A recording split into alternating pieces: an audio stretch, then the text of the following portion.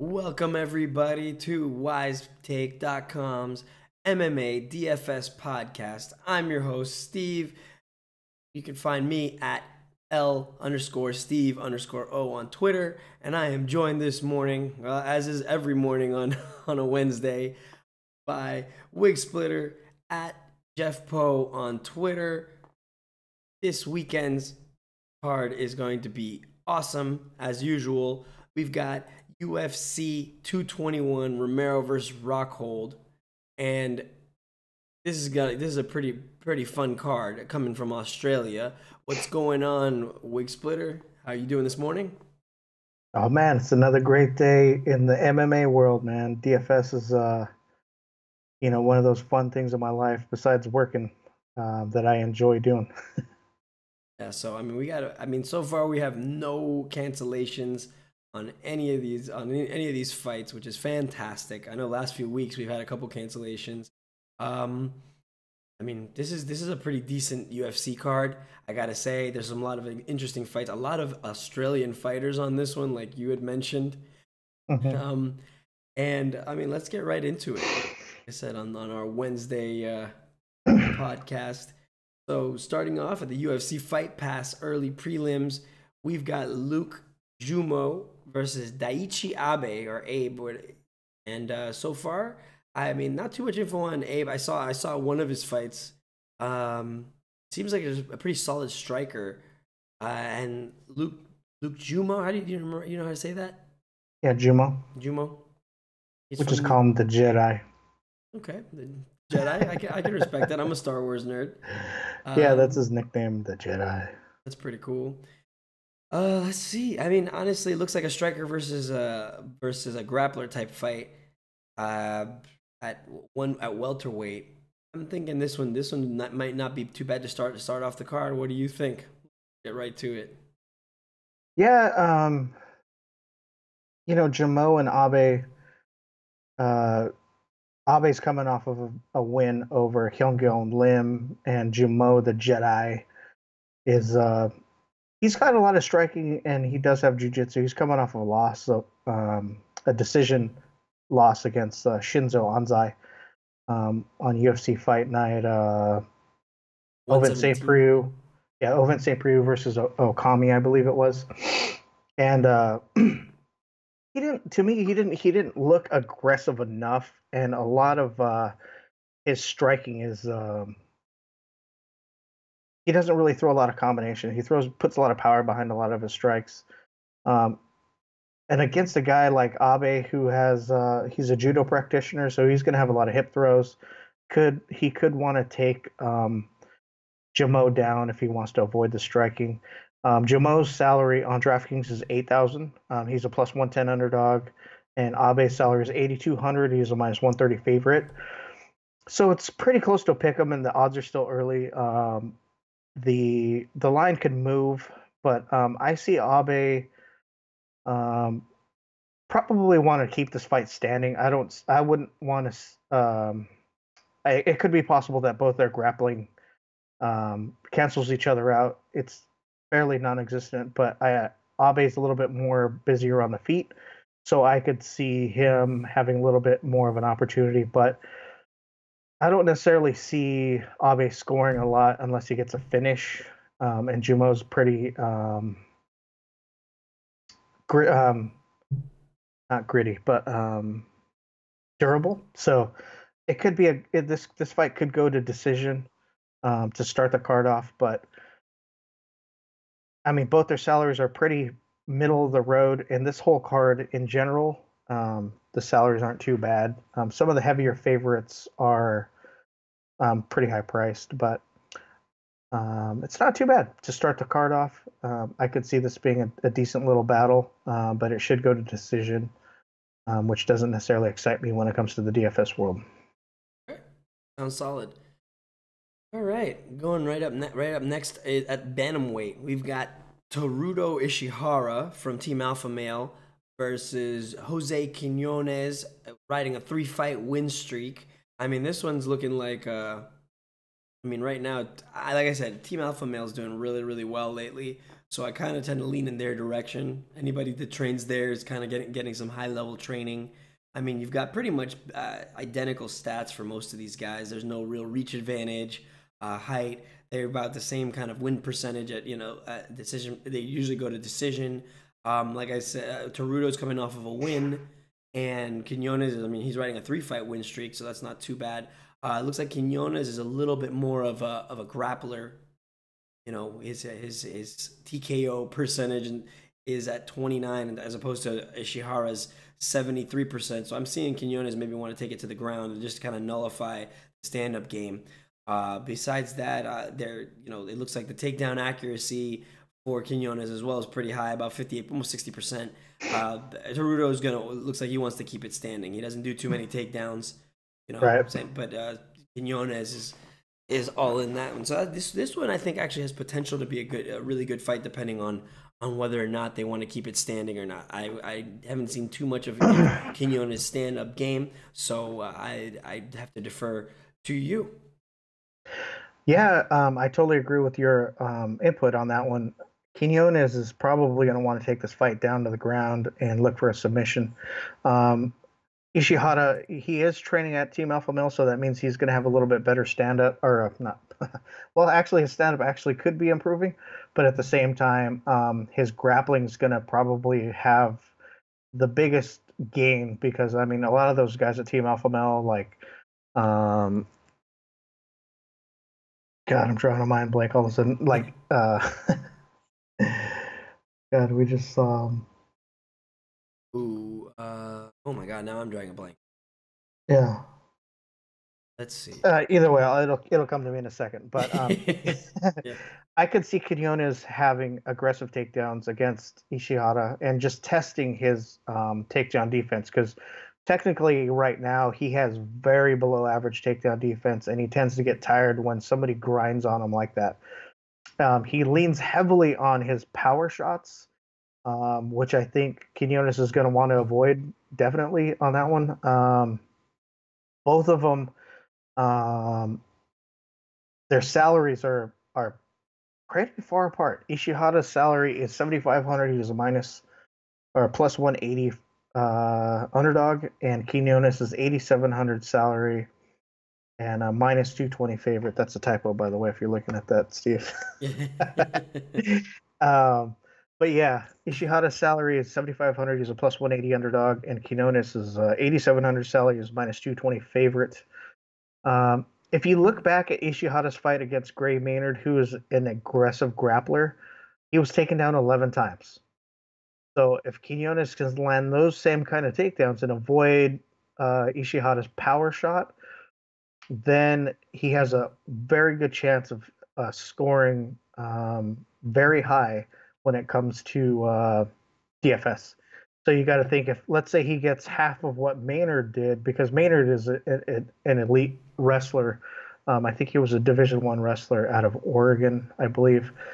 So let's say he gets 5 takedowns. That's 25 points, not including what kind of ground and pound he's going to have if he has, if he does get Ishihara down, and then the stand-up aspect of it.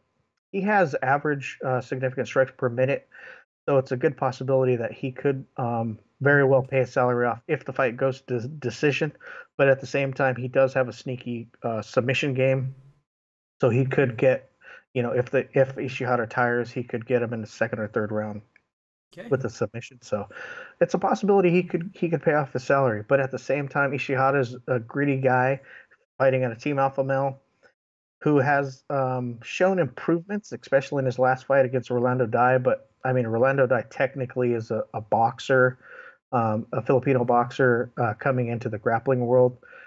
So he was a little bit outclassed when he came into the cage, and Ishihara basically took advantage of it. But I do agree with you. I think Quinones will probably rinse and repeat on the takedowns and probably land multiples. And I like Quinones in cash lineups, possibly solid GPP option as well. But Ishihara, He's worth the GPP flyer just because of the power in his left hand, and he's pretty flashy when it comes to when he gets in the cage. He's gonna put it all on the line. Gotcha. I was gonna. Speaking of people coming into the UFC, what's your real quick hot take on Mayweather? What do you think? I know the rumors are coming up. I have to ask you. You know I do. I don't see it happening. I think it's funny. I was having this conversation last night with my brother-in-law, and he was saying, "Yeah, there's no way he steps into a cage." I think what it is he's going to try to be a promoter. He's going to start bringing more eyes on MMA. And you know what? It's like I couldn't really disagree with him. It makes more sense. He's not going to go in there and get mauled. I mean, I definitely agree with that take right there, because one thing Mayweather can do, he's a promoter. I mean, he can easily step into that role, and just his name alone. Yeah. Just like if you think about it, Golden Boy, Oscar De La Hoya. Oscar De La Hoya, when he finished fighting and he started doing, the managing and the promoting, dude, he put cards together that were really good. But at the same time, it was Golden Boy Entertainment, right? So people are like, oh, Oscar's going to be there. Let me go see the fight, right? And there were solid crowds. Now imagine Mayweather's a way larger draw than De La Hoya. He'll have a very big impact if he decides to throw his hat in the ring for MMA promotion. I'm telling you, he'll probably be able, if he partnered up with the right squad, like for example, if he went in with Scott Coker with Bellator, because Dana White's probably not going to have anything of it, especially UFC being a corporation now. I don't see that happening.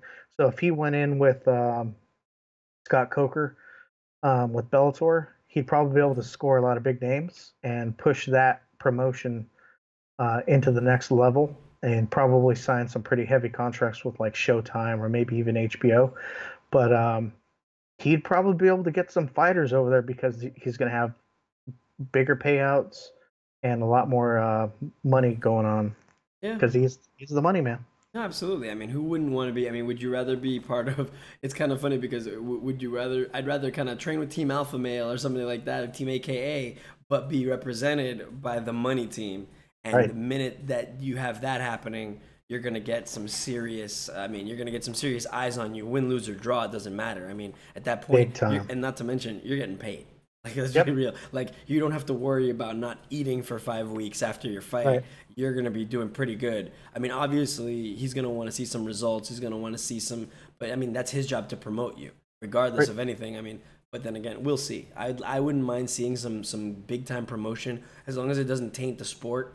I'm totally down with it. I'll go. I got some other stuff I'm gonna ask you about, but I'll pepper it in between some fights because this week's actually been pretty let's do active it, for fights and stuff. So I'm really solid. I'm probably just really sleepy right now because it's super. I don't know how you're up right now, dude.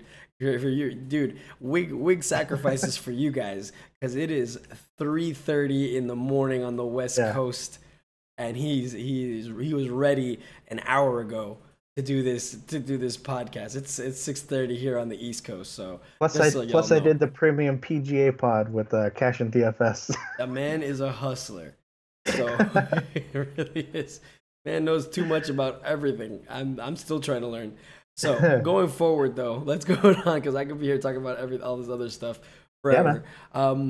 We've got perennial, like I don't know, the master of the unanimous decision screw job, Ross Pearson, versus Mizuno Hirota at 155 pounds. Now, Boy. I have a tendency to like Ross Pearson just because he's really like kind of an in-your-face kind of guy. He kind of keeps the forward pressure going. He's coming off of a 4-fight losing streak, and I think the only reason he's kept his job this long is because of the fact that he has been completely shafted out of some decision wins, and the UFC knows it. It's like he's not afraid to go anywhere else to fight, and I think maybe that I don't know if he's just betting on the fact that they're gonna screw him out of it, and he'll put on a decent enough show that they'll be like, "What happened? You knew who was supposed to win," and they'll be like, "We'll give you another fight, don't worry, and we're paying you your full purse." I mean, it's a brilliant strategy, So oh man, like you know what I'm talking about. I like Ross Pearson, but that poor man has not been given like justice at all. Yeah, I mean, I mean, well, he was knocked out by Dan Hooker, Yeah, no, and that one he I'm not absolving him of his knockout. like he okay, the split decision against Stevie Ray. Okay, I'll give you that one, but the unanimous decision loss to Jorge Masvidal. I mean, he was outstruck 2-1. That was a brutal, like, horrible loss. No, I mean, but His decision loss to Will Brooks. Um, that I mean, I didn't like that fight in general. I mean, Ross Pearson to me, he's one of those guys. He's just busy enough on the feet to keep his opponent like semi guessing, yeah, but he's not like um I don't know. It's just weird. Like even in his split decision win over Chad Laprise, yeah. he was outstruck 78-52.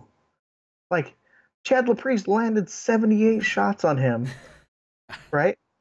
And Ross Pearson landed 52 on Chad Laprise, but he won even though he was outstruck. Like I mean, like that was like a straight like Yeah. uh It's Pacquiao Bradley decision, something like that. It's like, oh my god. I don't I it's mean, just it's one of those things where it's just like, and then his split decision over Paul Felder. I mean, okay, they both were pretty even. Pearson had 62 strikes, but he landed that takedown in the third round, so it cemented the win. yeah. Felder only had 60 strikes with no takedown, so that one takedown, huge difference.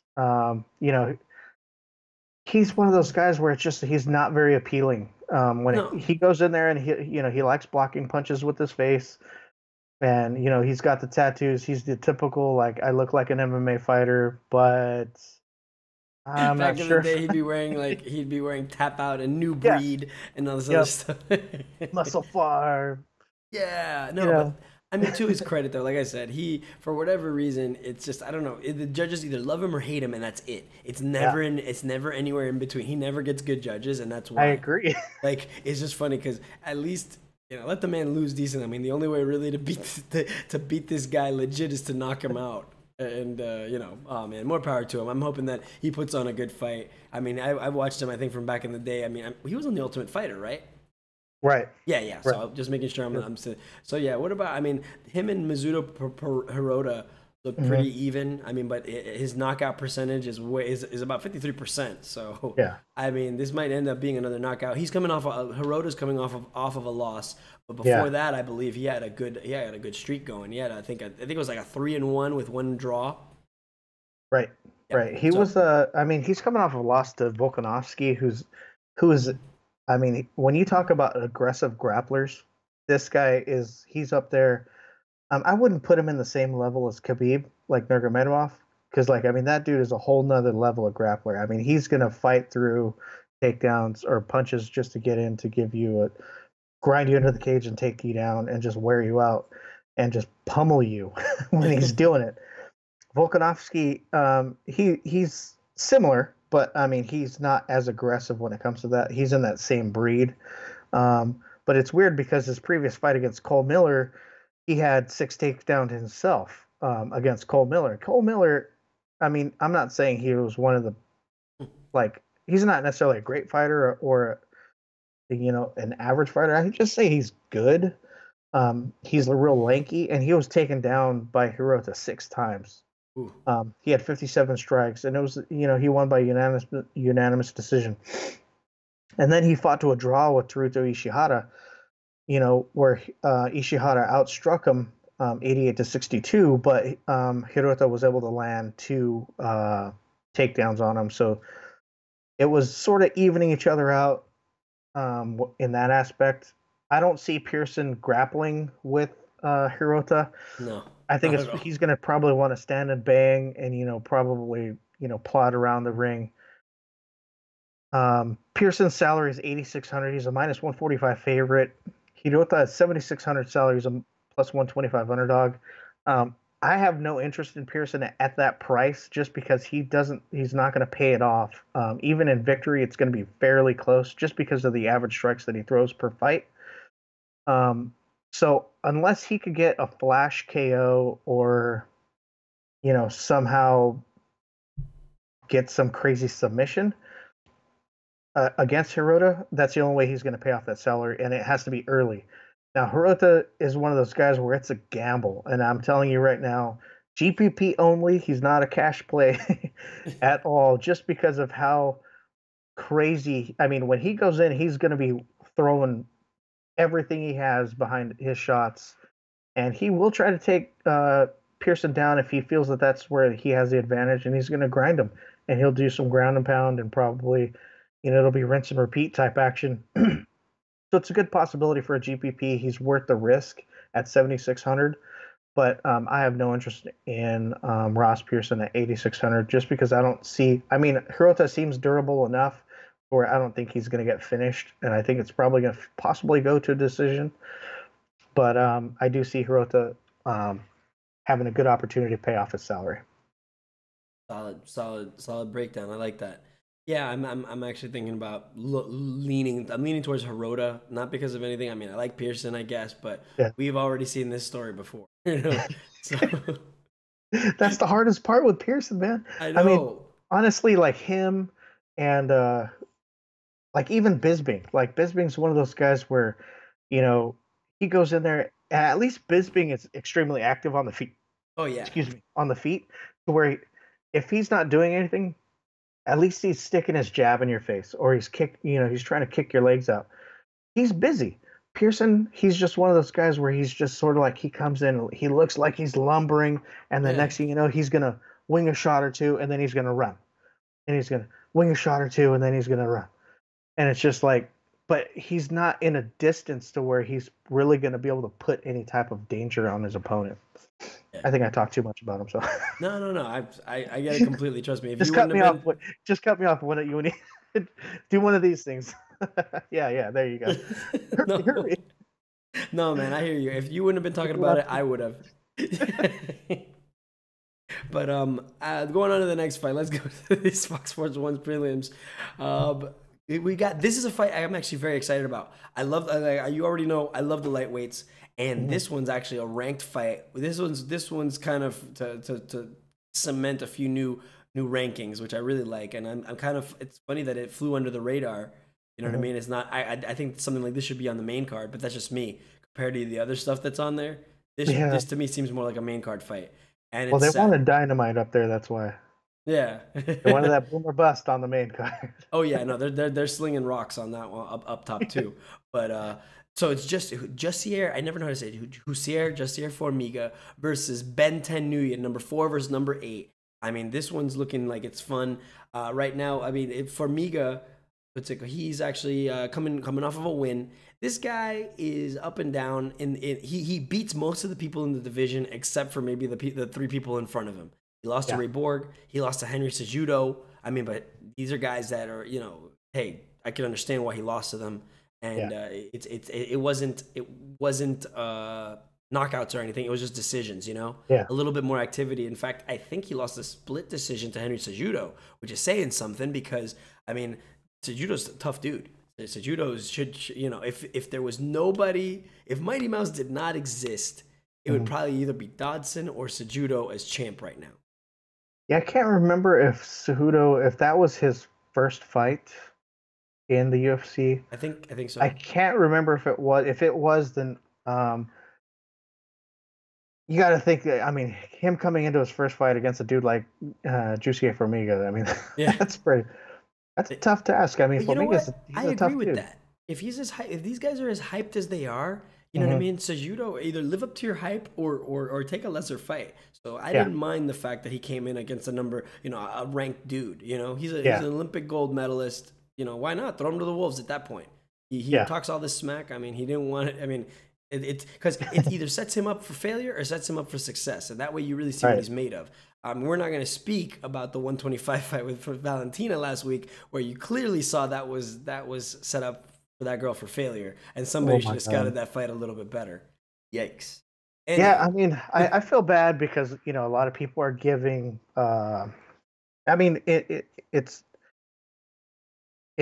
the criticism is warranted when it comes to Mario Yamasaki's failed attempt at stopping the fight earlier, but at the same time, the matchmakers, whoever the matchmaker was that put that fight together needs to be fired, because that was not a well-matched fight. Not even Like, I close. understand that she was 6-0, but she was fighting tin cans from the regional scene. There's no way she was going to step in with the bullet and just like be able to compete at that level. Not even She had, close. I think we talked about it on the pre-show. I said, she's fought a lot of girls and she's pretty durable. I mean, she showed she didn't give up and she fought through like almost dying. I mean, I couldn't watch it after like the 100th strike, and she had 230 strikes Yeah. No, land on her. I was just like, dude. And then I don't know if you caught it in between rounds. She told her corner, "I think I blew my knee out. Check my knee." oh. And her corner didn't even bother. He goes, "Don't worry about that right now. You need to get out there." And I'm like sitting there going, "What?" Like, listen, in that note, that's absolute negligence, and that's a shitty fight. I mean, a crappy fight team, just because of the fact that you don't do that. It's one of those things. If the fighter's telling you that something's broken, don't get me wrong. If it's a hand, just don't strike with it. Whatever, I get that. But you blew out your knee. I mean, that's some serious damage. I didn't hear that, so I'm like shocked right now because that's not safe, man.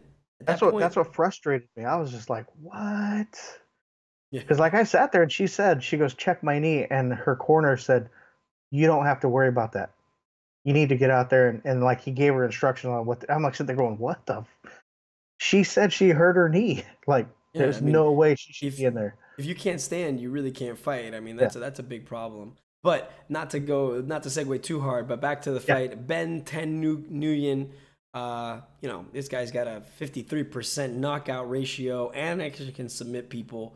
I mean, again, at 125, these guys, I mean, they're going to be flying around the ring. This is high level. I mean, Nguyen lands almost 5 strikes a minute. Like, I mean, his landing per minute is pretty high. His accuracy is not bad either. I mean, I could very well see an upset. Both of these guys land about a third of their takedowns. So, but I don't think that it's going to end up on the floor much. I think it's literally just going to be them trying and then, flying around the ring. Who do you got on this one in particular? I mean, Nguyen's riding a 2-fight win streak. He's beaten Guyana Herrera and Tim Elliott, and Tim Elliott's no joke. The only person he lost to recently is Louis Smolka, and that was a TKO. But before that, he had like an 8 or 9 fight win streak before he lost to Smolka, and then he's right back on the winning streak. So, this guy's looking pretty solid. So I mean, this is probably going to be fight of the night if done correctly. Yeah, this could be. I mean, it all depends on how their fight team preps them for this fight. And I mean, if you watch the fight video leading up to this fight, I mean, it looks like it could be their grappling cancels each other out, and it just turns into a stand and bang, which I think Ben would have the advantage. I don't think Formiga would want to bang with Ben just because of. I think Ben is a little bit more technical, and I think Jussier is probably going to want to use his jiu-jitsu and work for any type of ground control, whether it be top control, passing, and working in for like ground and pound or working for submissions. Just staying on top. I think that would probably be his path to victory. I think Ben is comfortable both ways. If he gets taken down, I think he has the grappling chops to be able to compete when it comes to the floor. Ben's Formiga's salary on DraftKings is 8,100. They're both 8,100 on DraftKings. According to Vegas, Formiga is a -120 favorite, and Win is plus 100 underdog. So it's pretty much a pick 'em. I want to dive more deeper into this, but I think whichever fighter I think is going to win. I think Formiga has a possibility by a submission. I think Win has a possibility by strikes, stoppage, or possibly even a decision. And 55% of Formiga's fights have gone to decision. I think if it does, I think Ben Win might have a little more. If he could keep the fight standing, I think he might be busier on the feet and have more strikes accumulated and push for that decision victory. But they're both pretty evenly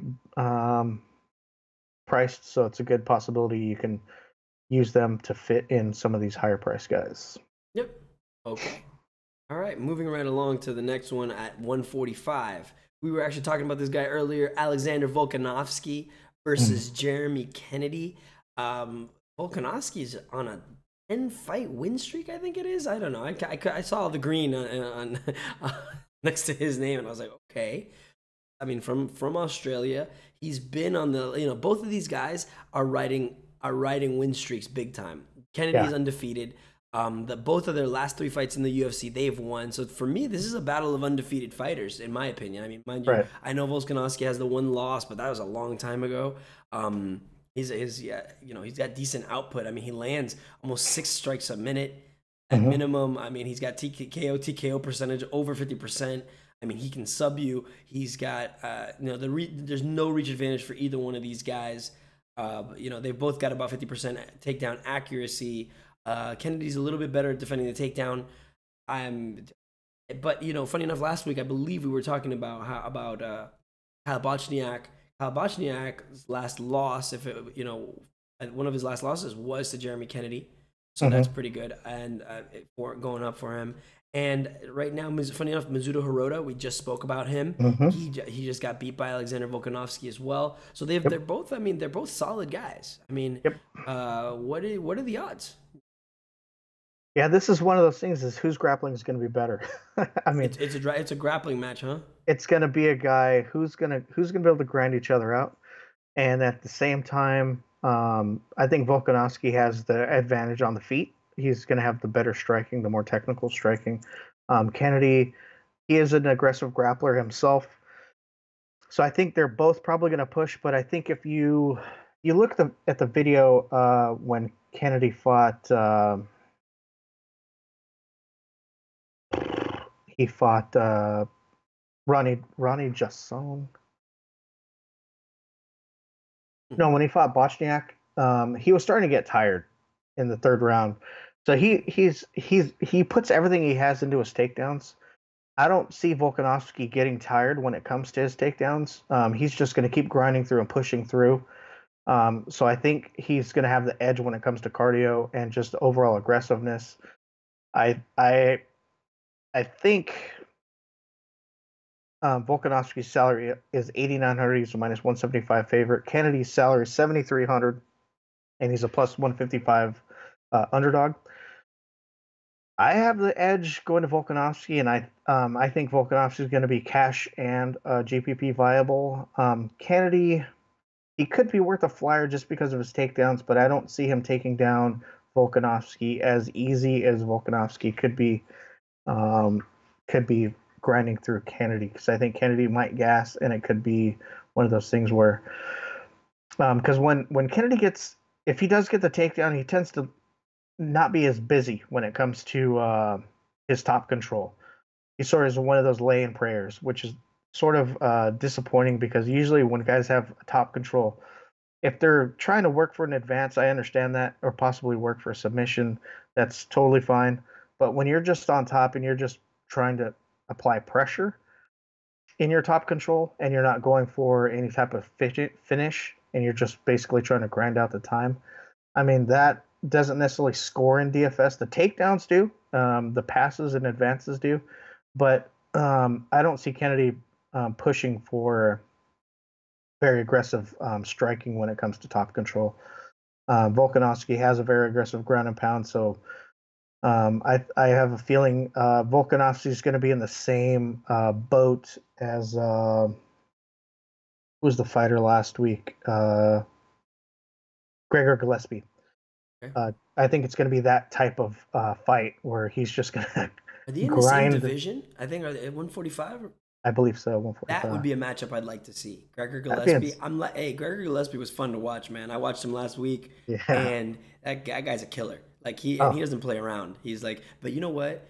I like the fact that we segue because you mentioned the fighter I'm really actually enjoying watching, and it's one of those things that he's very no BS.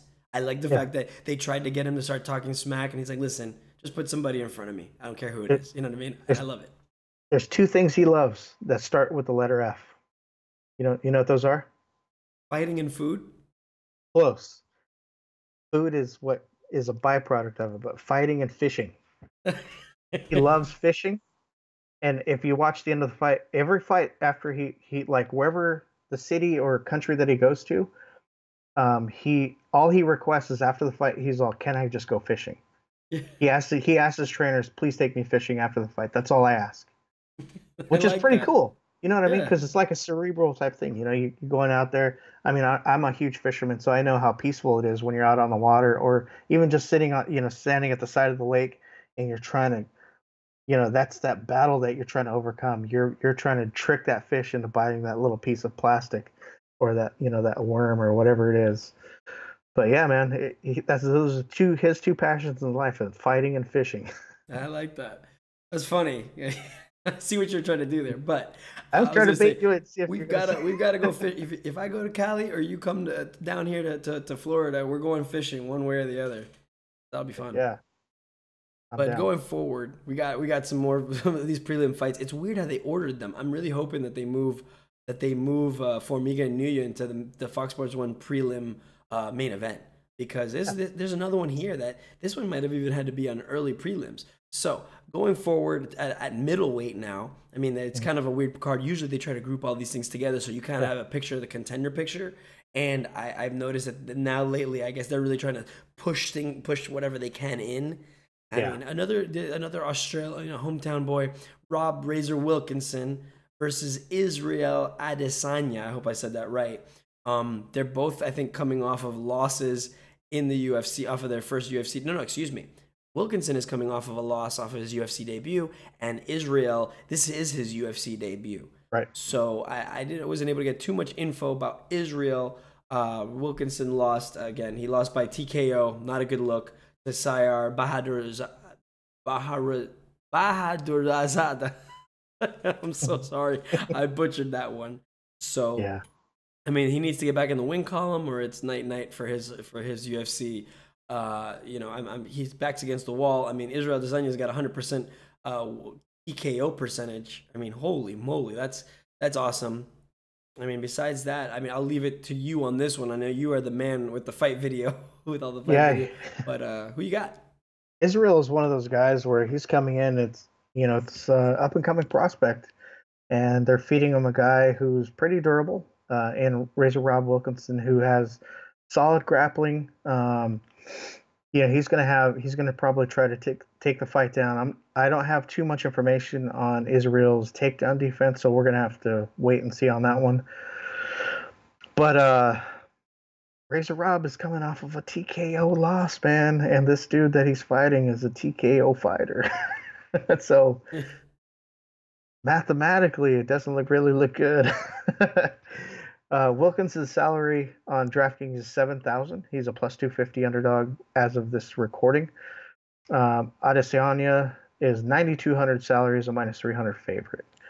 Um, I think Adesanya is a GPP only, just because of the guys making their UFC debut. It's always crazy, how they respond to the big screen, the big lights, and it's going to be on TV. So he's going to have people watching him. Probably friends and family. It's a lot of added pressure. Depends on how these guys are coached when it comes to taking on this type of pressure. Wilkinson, in my opinion, he's one of those guys that's going to be um, a good challenge, like a good fight, but I don't see him pushing for a top 15 spot anytime soon. Even if he ran through a couple of these, up and coming guys and just like strung 3 or 4 fights together, I don't. If he ran into a top 10 guy, he wouldn't last very long. I don't see him being that kind of guy. Plus, he gets hit a lot. He takes a lot of damage, and that's one thing. If you're going up against a guy who has a lot of power, doesn't bode well. Gotcha. But yeah, I see Adesanya as a GPP uh, option at 9,200 for sure. Really, 9,200 though. His price is ridiculous for being a new prospect. I expect the new guy to be at like maybe 8K. Yeah, Why I'm so gonna high? look up more fight video for the premium content that's gonna come out Friday or Gotcha. Saturday morning because I mean I want to make sure I have all my I's dotted and my T's crossed because I don't want to come in and give the paying Yeah. membership false information or discounted information. I want to make sure I give them the best ammo to build their lineup. So Absolutely. But as always, the fight game is a tricky mistress, a fickle mistress, just because, like, and heck, last week is a great indication. I mean, I had some of those picks on I thought that were on lock, and lo and behold, Machida actually, edged out a win, a decision win. And I'm not even gonna get into it. I'm upset. I'm moving on. But going forward for the Fox Sports 1 prelim main event, it's Damian Beatdown Brown from Australia, hometown boy as well. I mean, they did a good job with this card, getting all the hometown boys on it. Versus Don Hyun Kim, not Stun Gun, not the one that usually fights a little higher. I made that mistake before this broadcast. It's actually another one, the Maestro from South Korea. And funny enough, Damian Brown, he is 2-3 in the UFC. He's not really, looking all that great. I think he's riding 2-fight losing streak right now against guys we've talked about on previous pods. Vince Pichel and Frank Camacho. I mean, these guys are tough dudes. You know what I mean? And he's lost to both of them. I get it. He's actually, what is it? Yep. And he lost to Alan Patrick, I think it was, or Alan. Yeah, I think it's Alan Patrick. Yeah, Alan Patrick. Yep.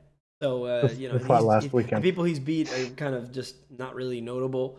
But he's in front of the hometown, so you never know. Whereas Don Hyun Kim is the reverse. He's 2-2, so he's nothing to write home about just yet. But at least he's fought a name in Takanori Gomi. But I think everybody's just mopped Takanori Gomi at this point. Yeah, I know. Yeah, I saw that look. I know. I had to cover my butt on that one. So for me personally, this one's kind of a pick'em. I mean, if I had to go, blindly, going off of the fact that Don Hyun Kim's TKO percentage is a little under 50%, 47%. No real reach advantage, 2 inches. They're almost identical on everywhere, except for maybe Kim's accuracy is a little bit higher. They absorb about 5 strikes a minute each. So, I mean, they're blocking with their faces and hoping that the other guy's hand breaks. Kim is a little bit better on takedown defense and takedown accuracy. So this one might go to the ground, might be, I don't know. I guess right now, currently, I'm leaning towards Kim. I still got to go over some more fight videos, see how the style matchup is at all. But right now, I'm leaning towards Kim. What about you? Yeah, it all depends on how these guys come in and they want to fight each other. If Kim comes in patient and stalks Brown and picks his shots, as opposed to let it turning into a brawl. Because that Damian Brown Frank Camacho fight from a couple of fight cards ago, that was insane. Excuse me. I actually stacked both those guys in my lineup that week, just because I thought both their salaries, the way it worked out, would be. I knew it was going to be fairly evenly matched, and I knew that they both had solid strike output. The only thing with Damian Brown, like both these guys, that yes, they do eat punches with their faces. But in his last fight against Takanori Gomi, he did look a little. Kim did look a little better. Not necessarily. He looked a little more patient, so I think he came in with a better game plan. If he does that against Brown, he'll have an advantage. But he's not going to fight anybody who has like heavy power that's going to be able to knock him out. Brown's going to give you the accumulation of strikes as opposed to, hitting you with the one and done type stuff. So if this fight plays out the way I think it is, I think it's going to be it's going to go to decision. So it's not very appealing when it comes to DFS wise. I don't see either of these guys really pushing the action too much. I think Kim has the advantage coming to takedowns. If Damian Brown can stuff those takedowns and keep the fight standing, then it's just going to be a stalemate going to the ground, and it's just going to turn into an ugly 1-2, Yeah. plotting back and forth type stuff. Brown's salary 7,700 on DraftKings. He's a minus 135 favorite. Kim's salary is 8,500, and he's a plus 155 underdog. I'm not sure how that worked out, or if that's a typo, but I'll have to double check on that. I am tired, and it is 4:00 in the morning, so I could have made mistakes. So we got to get you some sleep. So we'll move right along to the next one. Yeah. Finally, the main card. The main card, we've got actually a ranked Australian fighter on this one, Tyson Pedro versus Saparbek Safarov from Russia. They're both kind of their win records. Pedro's 6-1, Safarov is 8-1. They're both coming off of losses. I think what's that called? Tyson Pedro's just finished losing to Ifir Latifi by decision, and Safarov I think lost to Gian Vellante, which I think was on a previous fight card not too long ago. Yeah. So roughly, I mean, it looks like Safarov looks like a more active fighter. Pedro's better on the subs. I mean, Safarov is 75% KO TKO percentage versus Pedro's 17%. There's no real notable reach advantages or anything like that. But it looks like Pedro's more of a grappler than he is a striker. Safarov is more of a striker. They're both coming off of losses. They're both relatively new to the UFC. More so Safarov. That was Safarov's first fight, whereas this is Pedro is 2-1 in the UFC. He's coming off of that recent loss. So, what's your quick take on that one? Yeah, I see Tyson Pedro probably pushing the action, probably working on Safarov's legs with some leg kicks, pushing for some takedowns, and probably working for a possible submission, as well as if it stays standing. Pedro has decent striking, even though he doesn't necessarily have the numbers to back it up. I agree with Vegas. He has an advantage in this fight. Pedro's salary is 9,100, and he's minus 265 favorite. Safarov is 7,100 and is plus 225 underdog. If you look at Safarov's last fight, he was getting nailed in the legs, like he was getting kicked in the legs by Gian Vellante, and he did not like it. I mean, you could just tell that every time he got kicked in the legs, he was just like, son of a, this is not good. So yeah, I don't see there going to be any much difference. I think Pedro's probably going to be very patient, pick and choose his spots and work his way to a decisive victory. Pedro's probably GPP viable. I'm not sure if he'd be cash viable at this point. I want to look a little more into it. I want to see if I can find some more video on Safarov, but Pedro is pretty solid for GPPs for sure. Okay, very cool. All right, going forward, next one at 170. I think Jake Matthews actually went up in weight. I don't know when that happened. My apologies. I thought this was a 155 fight. It's Jake Matthews versus Jing Li. Jing Lang. Man, I am murdering names today. What is going on? I'm trying, guys. Sorry. But Jake Matthews, I guess he's gone up to welterweight. Well, yeah. I don't know if he's. I guess it's a recent move because I think his last fight was at welterweight as well.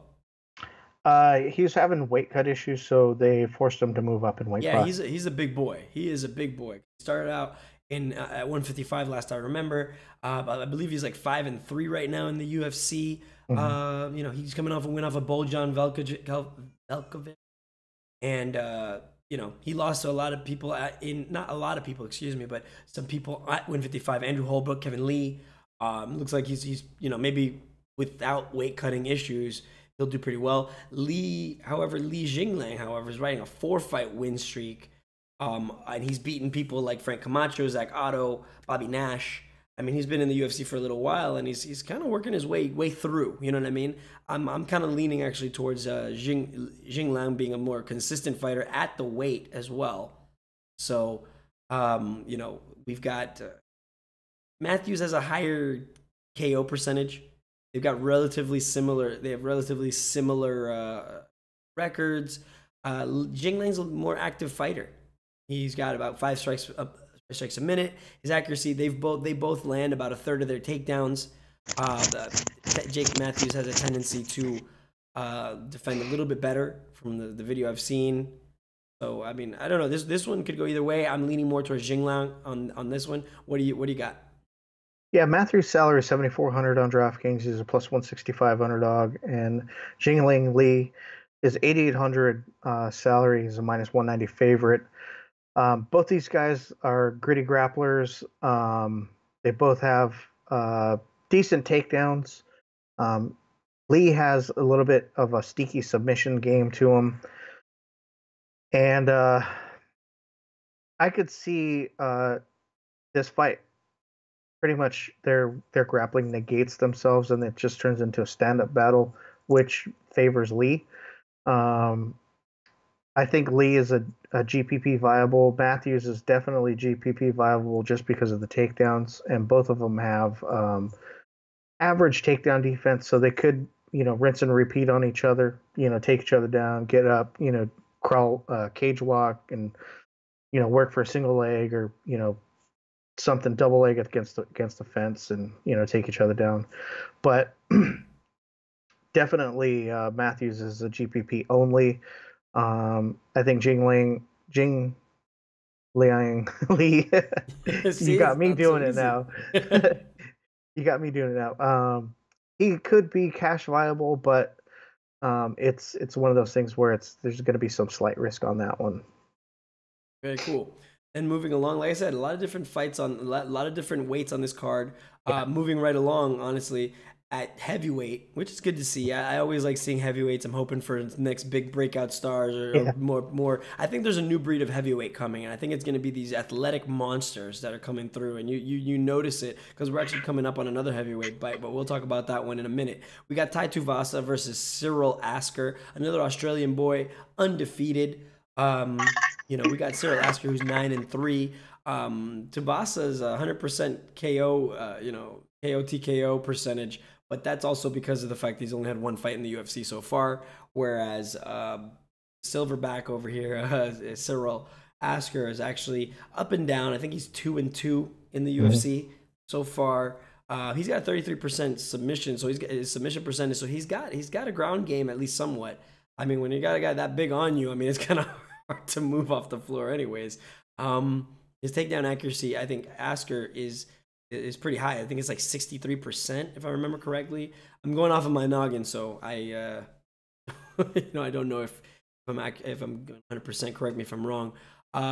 This one, I mean, it's either gonna be lights out for somebody or it's gonna go and be a grinding decision.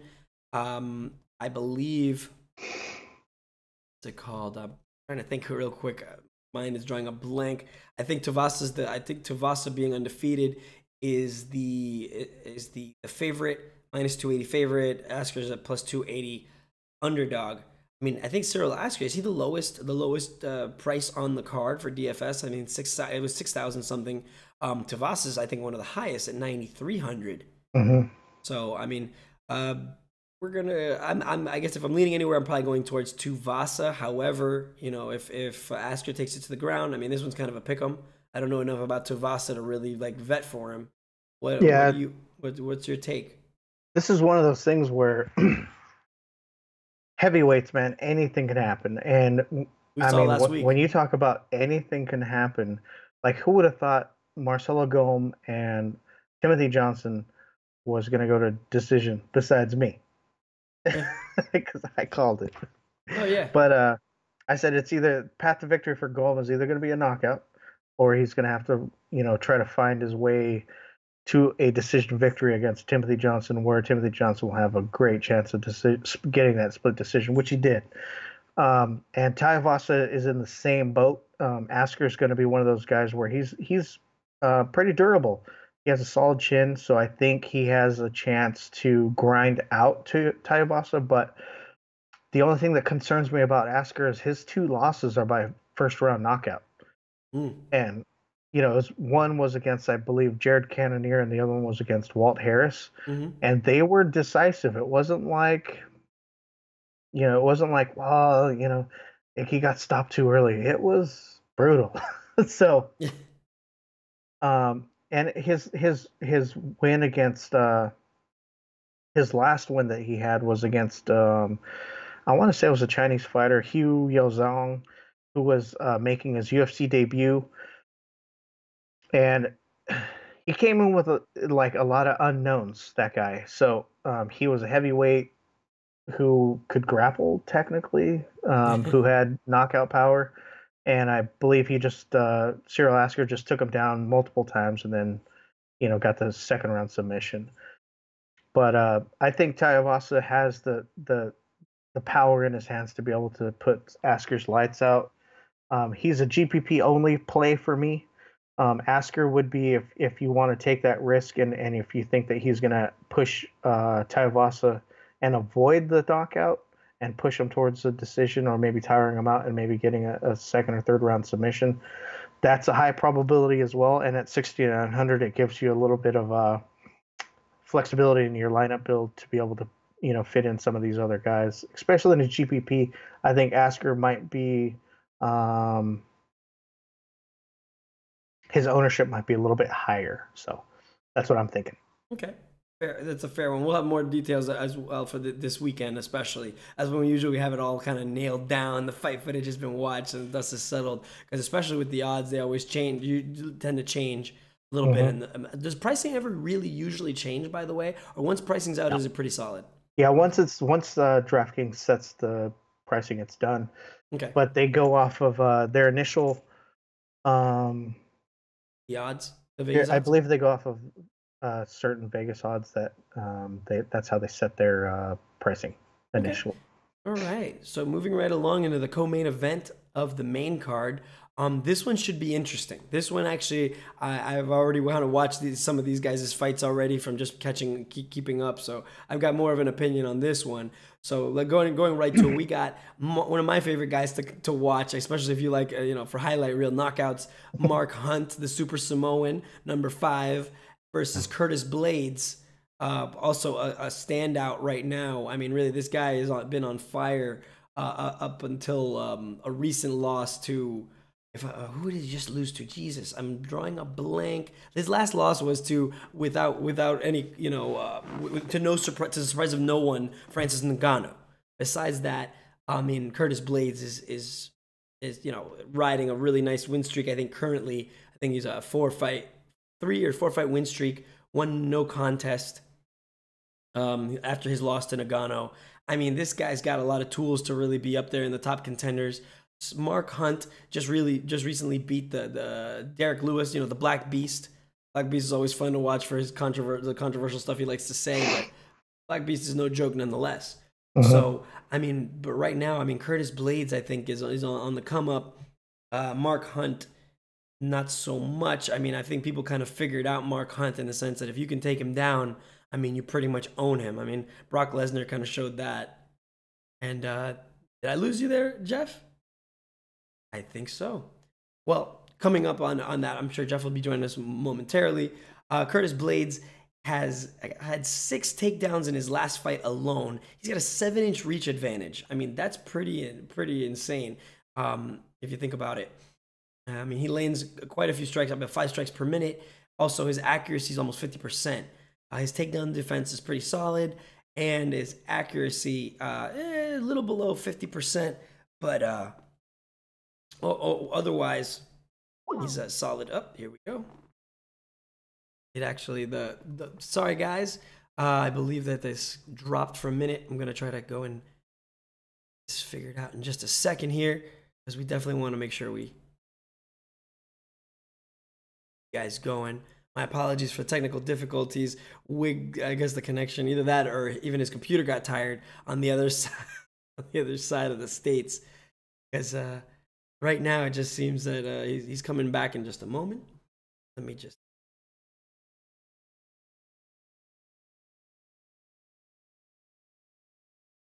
That being said, Mark Hunt, if you've ever been a fan of Mark Hunt, I mean, or watched some of his fights, I mean, he's the king of the walk-off KO. I mean, it's pretty impressive when he gets to it and he hits them. People go down and he kind of already knows and just walks off. It's a lot of fun. Curtis Blades, I guess, is an up and comer. I think he's actually still growing. So, I mean, this one's a pick 'em. If for me, but I mean, I think it leans more towards Curtis Blades just because if he takes down Hunt, Hunt can't really knock you out from his back. So, I think Jeff will be with us. Wig will be with us momentarily so we can break down the main card. Which is one that I'm actually excited about, Romero versus Rockhold. You blank that out for just a minute there. That being said, let's see. Moving right along. I mean, at heavyweight, anything can happen. So I'm actually, it really depends if Mark Hunt is still kind of at odds with the UFC, if this is a fight that he wanted. There's been a lot of controversy following Mark Hunt. Again, apologize for the technical difficulties this morning. I believe that his connection got dropped off. I'm gonna actually try calling him back momentarily and see if we can't get this. So I think maybe that's no good. Hey, man. Hey, we're back. Cool beans. I was just trying to break down the fight. Coming back with you momentarily here. Yeah, I will be switching to video in a second, but I apologize about that. No worries, man. I just been chatting it up a little bit over here about the fight. Or some people might think stalling for time too. But I was just talking about how Mark Hunt pretty much hit the breakdown for this fight for me personally. Mark Hunt has insane knockout power. I mean, he, like I said, when he hits people and he knows they go down, he doesn't even bother checking. He just walks off. It looks amazing. It's kind of like an action hero walking off from an explosion. You know what I mean? In some movies. So that's the best way to put it. But Curtis Blades is a young up-and-comer. I mean, he's still putting it all together. And he shows that he's got power. He can knock people out. But in his last fight, he also got about 6 takedowns. So, I mean, if he ends up doing the smart play, which is, taking Mark Hunt down, he'll have no problem winning the fight. That's just... yeah, I totally agree with that. I mean, the takedown average... he has an average of almost 7 takedowns a fight. That automatically tells you, he's got a grappling game. Mark Hunt doesn't really have one, but he does defend about almost 70% of the takedown attempts, so it won't be easy for Blades. Kind of writes himself, right? This fight kind of writes itself. It's almost comical. Hunt versus Blades. How lucky do you have to have a cool last name like that? It sells itself. Jesus, and his nickname is Razor. Come on, a little on the nose, but it's kind of funny. Anywho. What's your take on this one besides anything else that I've already kind of outlined? While your camera's coming up, I know Blades is 8,400. He's the favorite. Mark Hunt 7,800 plus 135 underdog. I think if Blades comes in with the aggressive takedowns and pushes Hunt into a grappling battle, I think he has the opportunity to seize this fight for sure.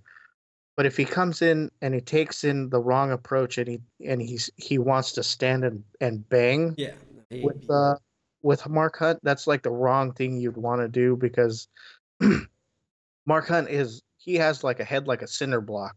So there's a high probability that you're not going to be able to knock him out. No.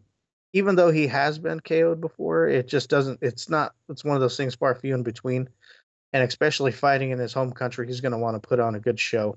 Yep. Now that being said, is this one that you even? Do you fade this fight? Because like I said, you're probably not going to get the knockout of Mark Hunt. That guy is, like you said, has a cinder block for a head.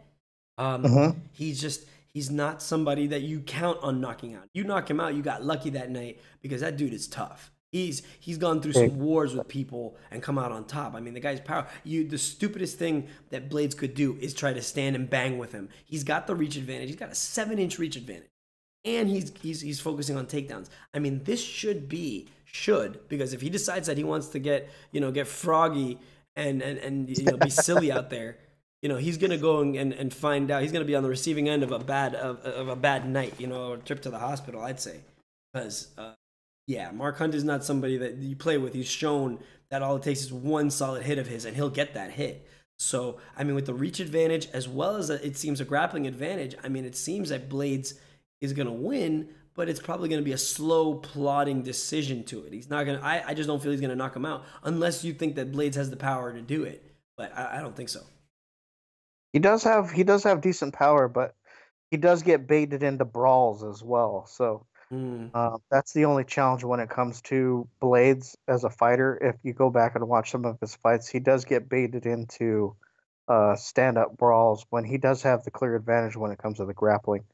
So hopefully he can focus on the or his coaches give him the correct strategy to come in this fight, which would be to take Mark Hunt down and literally ground and pound him, or just utilize the top control.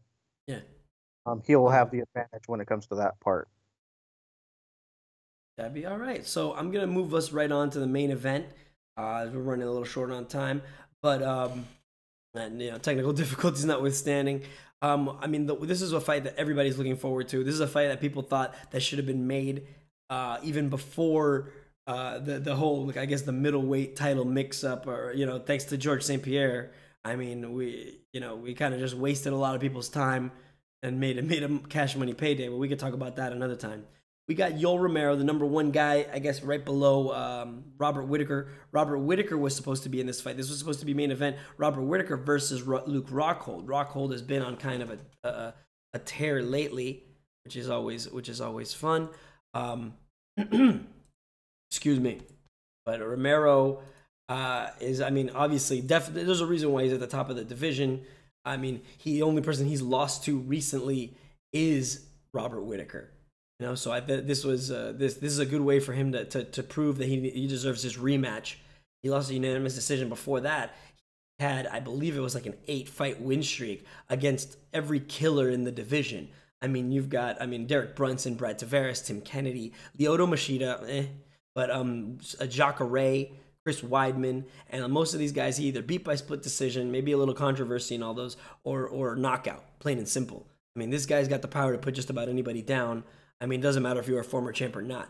He's out for blood usually. He seems like a nice guy, but man, he's a killer. And then you've got, of course, Luke Rockhold, I guess formerly of Team AKA. I don't know if he's still there. I don't know. There's also, last we saw of Luke Rockhold, he was training a guy against his buddy DC, which is just weird to me. I don't know if there's a fallout there, or the modeling got to his head. He's part of a solid squad. I think we might have lost Wig again. So once again, I'm going to go over the fight, go over some of the fight sets that I can remember off the top of my noggin, and see what we can see from there. We've got the last fight that Luke Rockhold was in. He took on David Branch. He actually submitted David Branch, did a submission two leading to a TKO. He lost the belt recently, last 2 years ago, to Michael Bisping. And excuse me, one moment. Am I back? Just about. Let me see. I'm going to put us back in there. There we go. All right, we're back. I was just breaking down the fight for us for just a moment. Luke is coming off of a victory, a TKO submission victory against David Branch. I guess it was a good tune-up fight for this.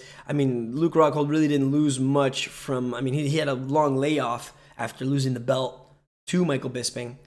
But still one of the most dangerous guys in the middleweight division, period. The guy is completely well-rounded.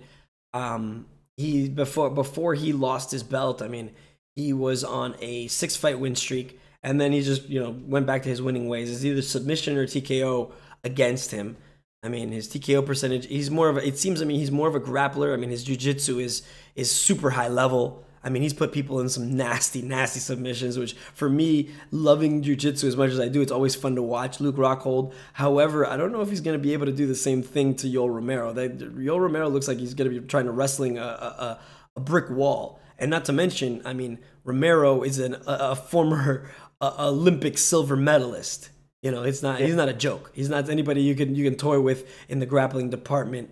at all. I mean, not to mention Rockhold has a reach advantage, but Romero's shown he can get in on you and still tag you pretty handily. He likes to actually use short combos and short little things with knees and elbows. So I mean, he's just vicious.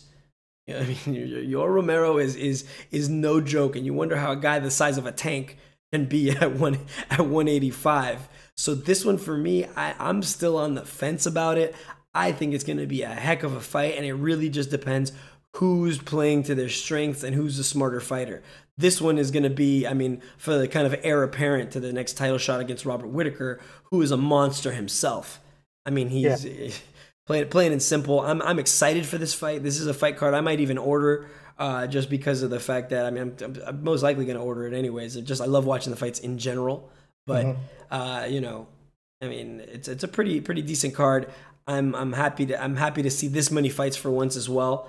Takedown accuracy for both of them was about the same. They both defend about the same. Yoel Romero's takedown percentage is a little higher, so to get him to the ground is going to be a little bit more difficult for Rockhold. You know, almost 80% takedown defense. I mean, the strikes.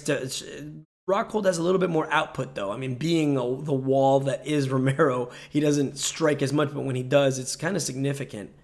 Their defense is about the same. I mean, like I said, the only real advantage I can give to anybody would probably be Rockhold in his reach advantage if he decides to try to use it.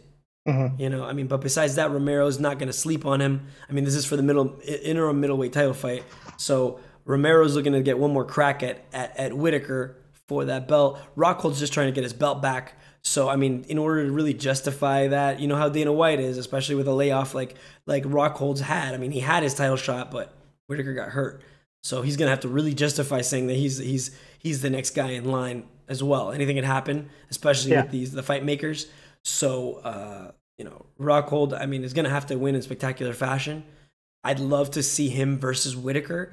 That would be a fun one, but like I said, he's got a hell of a test in front of him.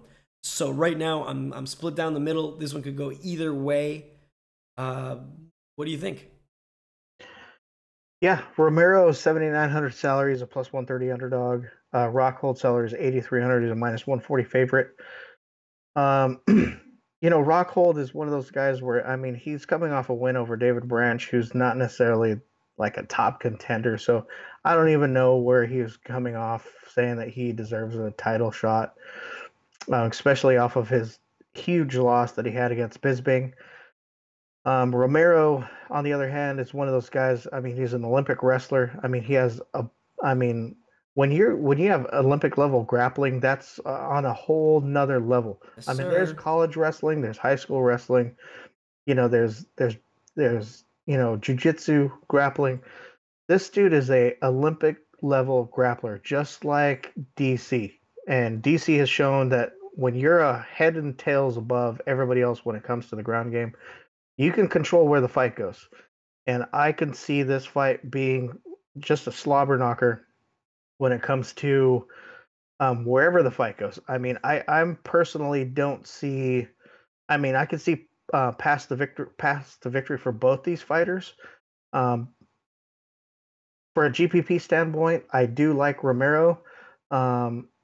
Both of them are GPP viable. I don't see them safe for cash just because there's too many options when it comes to past the victory. Yeah, I mean, it's exactly, this one's tough.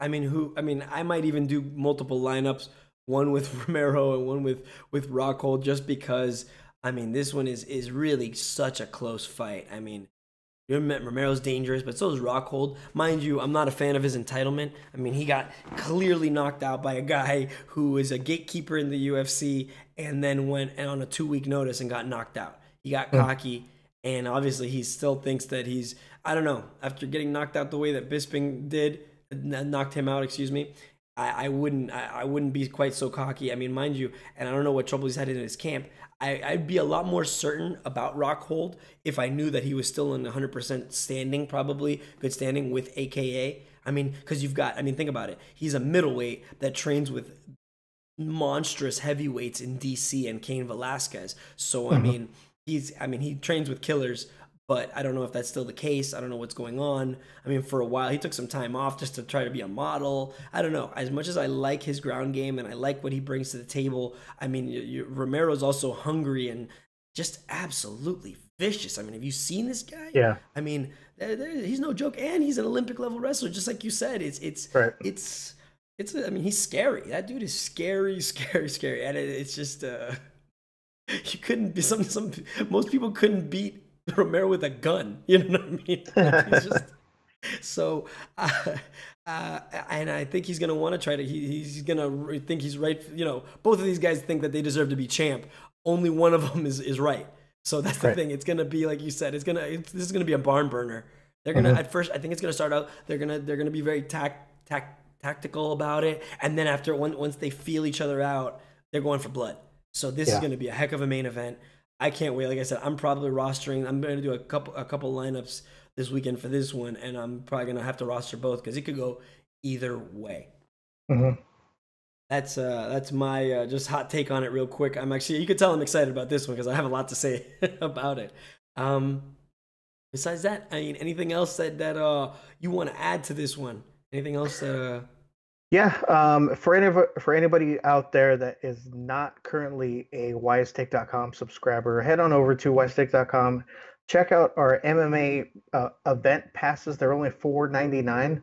You'll gain access to not only my premium article detailing fight-by-fight breakdown with my GPP cash locks and value plays, as well as you will gain access to the chat, which is you'll have it basically instant access or full 100% access to me up until the fight lock. As well, you can always hit me up on Twitter at JEFPO. You can hit up El Stevo at L_Steve.O or _O. If you guys are listening to us on Podbean or iTunes, leave us those 5-star reviews.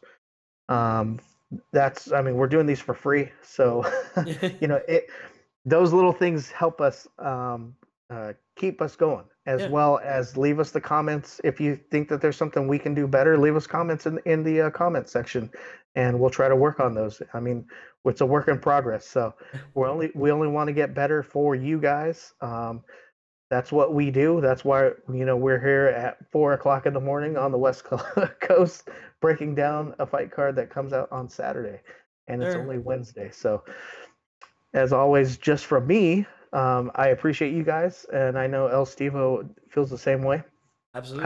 How about you, buddy? What do you have to close out the show? You summed it up. Like I said, we love you guys. We definitely want to bring you guys the best in MMA, DFS, as well as anything else. Like I said, check out the rest of everything on Wise Take. These guys are maniacs, and we have a lot of passion for what we do. I'm actually really, really happy and always excited to be here, even as early as it is. That's why I bring my coffee, and you can see me ramping up by the end of it. Technical difficulties notwithstanding. Thank you very much for watching us, taking the time out of your morning, out of your day to give us a look. Hit that like button if you like it, or not. Give us a dislike, but let us know why. If you don't like it, I mean, look at Wig's charming and beautiful face. How could you not love this face? You need to give him a like. You know what I mean? But no, seriously though, subscribe. Let us know what you want to hear. I mean, we want to do more for you. In fact, we're thinking about doing a lot more stuff. I mean, Jeff talks about it pretty much every week, and I'm trying to see if I can get us to do a few more hot takes about the stuff that's happening in the MMA world. I mean, I want to talk more also about Nate Diaz possibly getting offered a title shot at welterweight. There's a lot of stuff going on in the MMA world, so we definitely want to bring you that kind of stuff. What do you want to see? What don't you want to see? What do you want to see more of, less of, etc.?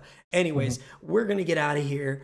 So thanks again for watching, and like I said, hit the like button. Send us some comments. Hit us up on Twitter. Like I said, I love any feedback that I'm getting from you guys. I appreciate it. Like I said, the man with the plan is always Wig. I'm coming up in this game, but we're having fun doing it. We love chatting it up with you guys. So once again, thank you. And for Wigsplitter, I'm El Stevo, and we will see you this Saturday for the premium pod, and next week for the Wise Take DFS podcast. So as always, have fun, make that money, and be safe out there. See you again. Bye. Peace.